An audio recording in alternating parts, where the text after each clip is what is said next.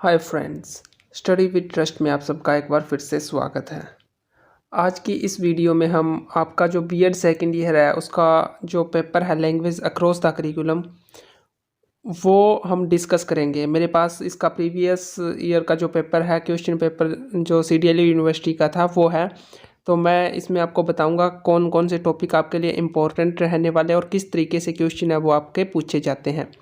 जैसा आपको पता है कि ये जो मैक्सिमम मार्क्स होते हैं 40 यानी कि 40 नंबर का आपका पेपर होता है और पूरे 3 घंटे इसमें आपको मिलते हैं। फर्स्ट क्वेश्चन क्या है, इसमें कंपलसरी होता है। इसमें 4 क्वेश्चन मिलते हैं आपको और जो हर एक क्वेश्चन है वो 2 मार्क्स का होता है, यानी कि शॉर्ट नोट लिखना होता है। जैसे इसमें आप सबसे पहला क्वेश्चन देख पा रहे हो, फर्स्ट का जो ए पार्ट है, explain the language and society. इसमें जो लैंग्वेज और सोसाइटी है इसके बारे में अपने को एक्सप्लेन करना है, इनके रिलेशंस को बताना है। इसका बी पार्ट है, उसमें पूछा गया है explain the readiness for learning. और सी पार्ट है, उसमें हमें सोशल जस्टिस के बारे में बताना है। और इसका जो लास्ट पार्ट है उसमें हमें बताना है फंक्शन ऑफ लैंग्वेज। लेकिन ये सारे के सारे शॉर्ट नोट लिखने हैं, इन पे 2 मार्क्स के क्वेश्चन है ये। इसके बाद हमारा जो फर्स्ट यूनिट है उसका क्वेश्चन आता है, जो क्वेश्चन नंबर 2 देख पा रहे हो।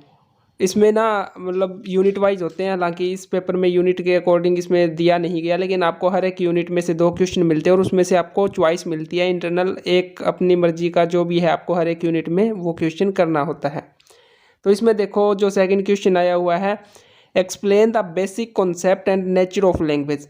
इसमें आपको जो लैंग्वेज का कंसेप्ट और जो नेचर है इसके बारे में आपको डिटेल में बताना है। 8 मार्क्स का ये क्वेश्चन है। इसके बाद थर्ड क्वेश्चन देखो, ये आपका फर्स्ट यूनिट का सेकंड क्वेश्चन है, जिसमें आपको मल्टीलिंग्विज्म के बारे में बताना है, यानी कि जो बहुभाषावाद होता है उसके बारे में आपको बताना है। और जो differential status of Indian language है इससे रिलेटेड आपको इस क्वेश्चन में लिखना पड़ेगा। इसके बाद फोर्थ क्वेश्चन देखो, जिसमें आपको एक्सप्लेन करना है इमर्जेंट लिटरेसी के बारे में। इमर्जेंट लिटरेसी का एक इम्पोर्टेंट टॉपिक रहता है, तो इसको आप अच्छे से करके जाइएगा, ये मतलब पूछा जाता है। और नेक्स्ट क्वेश्चन है, उसमें पूछा गया है meaning, nature and function of language across the curriculum, यानी कि करिकुलम में जो लैंग्वेज है तो इसका जो नेचर फंक्शंस है ये सारी की सारी चीज़ें इसमें हमें बतानी है। इसके बाद 6th क्वेश्चन देखो, इसमें पूछा गया है explain the learner active role in understanding literature, यानी कि जो एक लर्नर है उसका क्या एक्टिव रोल होता है अगर जो लिटरेचर है उसको समझना है, तो ये चीज़ हमें इसमें एक्सप्लेन करनी है।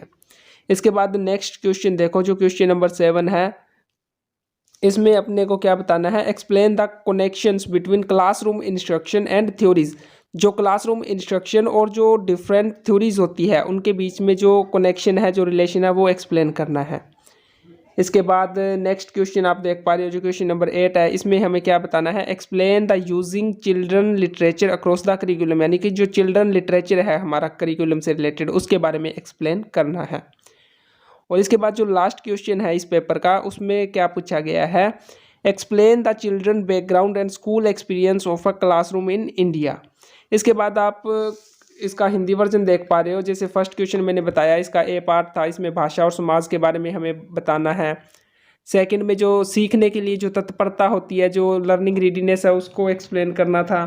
इसका जो थर्ड पार्ट था उसमें हमें सोशल जस्टिस यानी कि सामाजिक न्याय के बारे में लिखना था। और जो लास्ट इसका पार्ट था उसमें हमें भाषा के कार्य की व्याख्या करनी थी। तो ये इसका हिंदी वर्जन है। इसके बाद जो यूनिट वाइज जो क्वेश्चन थे, जो बड़े क्वेश्चन होते हैं आपके 8 मार्क्स के, वो भी आप हिंदी में देख पा रहे हो। यहाँ पर जो सेकंड क्वेश्चन है उसमें भाषा की मूल अवधारणाएं और उसकी प्रकृति को बताना है। थर्ड क्वेश्चन में जो बहुभाषावाद है, जो मैं बता चुका हूँ, उसके बारे में हमें लिखना है। फोर्थ क्वेश्चन है, उसमें हमें लिखना है आकस्मिक साक्षरता के विकास के बारे में लिखना है, इसको एक्सप्लेन करना है। इसके बाद जो नेक्स्ट क्वेश्चन है उसमें हमें पाठ्यक्रम में भाषा का अर्थ, प्रकृति और उसका जो कार्य होता है उसको एक्सप्लेन करना है, उसके बारे में हमें लिखना है। छठा क्वेश्चन क्या कहता है, साहित्य को समझने में शिक्षार्थी की सक्रिय भूमिका को स्पष्ट कीजिए, यानी कि जो लिटरेचर को समझने में एक लर्नर का एक्टिव रोल होता है उसके बारे में हमें इसमें बतानी है। 7वां क्वेश्चन देखो, कक्षा निर्देश और सिद्धांतों के बीच जो संबंध होते हैं, यानी कि वही बात आ गई, जो लर्निंग थ्योरीज और जो लर्निंग इंस्ट्रक्शंस होते हैं उनके जो रिलेशंस है उन्हीं को एक्सप्लेन करना है। और इसके बाद जो 8th क्वेश्चन था हमारा, वो आप देख पा रहे हो यहाँ पर। पाठ्यक्रम में बाल साहित्य का उपयोग करके समझाइए। और जो लास्ट क्वेश्चन था उसमें बच्चों की पृष्ठभूमि और स्कूल का जो अनुभव था उसके रिलेशन को बताना था, उसकी व्याख्या करनी थी।